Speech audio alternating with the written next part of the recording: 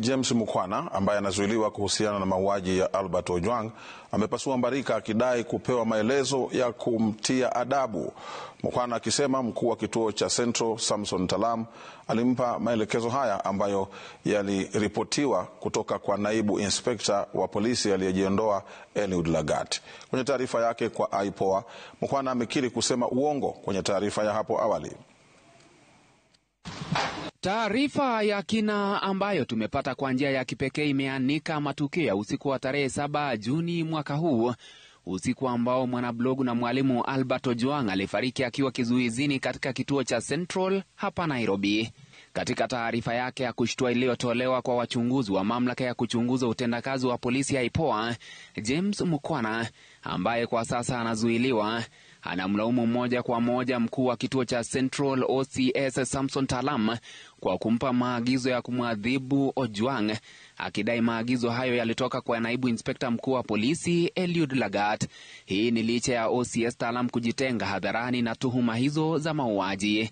Katika maelezo yake, Mukwana anasema aliitwa ofisini kwa Talam na naibu wake Samuel Ng'ang'a wakati wa zamu yake na kupewa maagizo, akielezwa kuwa nikimnukuu, kuna maelekezo kutoka kwa DIG Lagat, kuna mshukiwa analetwa na DCI saa 2 usiku, utaambia mahabusu wamshughulikie kidogo.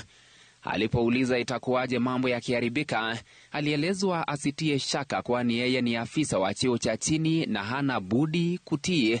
Ukikataa unaweza kujipata matatani, huwezi kataa amri ya mkubwa. Mukwana anaeleza kuwa mnamo saa 3 usiku, gari aina ya Subaru nyeusi liliwasili kituoni likiwa na mtu aliyewekwa pingu ambaye baadaye alithibitishwa kuwa ni Albert Ojwang.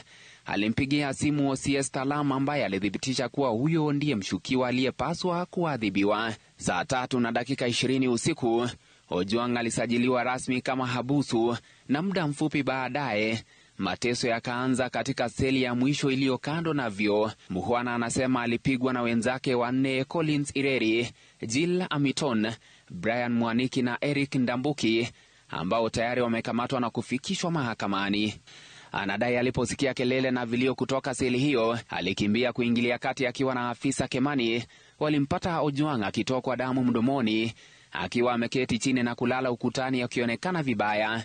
Saa 4 usiku alimwagiza naibu OCS Inspector Ng'ang'a ampeleke Ojwang hospitalini kabla yeye hajarejea nyumbani. Siku iliyofuata tarehe 8 Juni, Mukwana anasema alipokea simu nyingi kutoka kwa maafisa wenzake wakimuuliza kama amesikia yaliyompata Ojwang. Alipopiga simu kwa Ng'ang'a, alielekezwa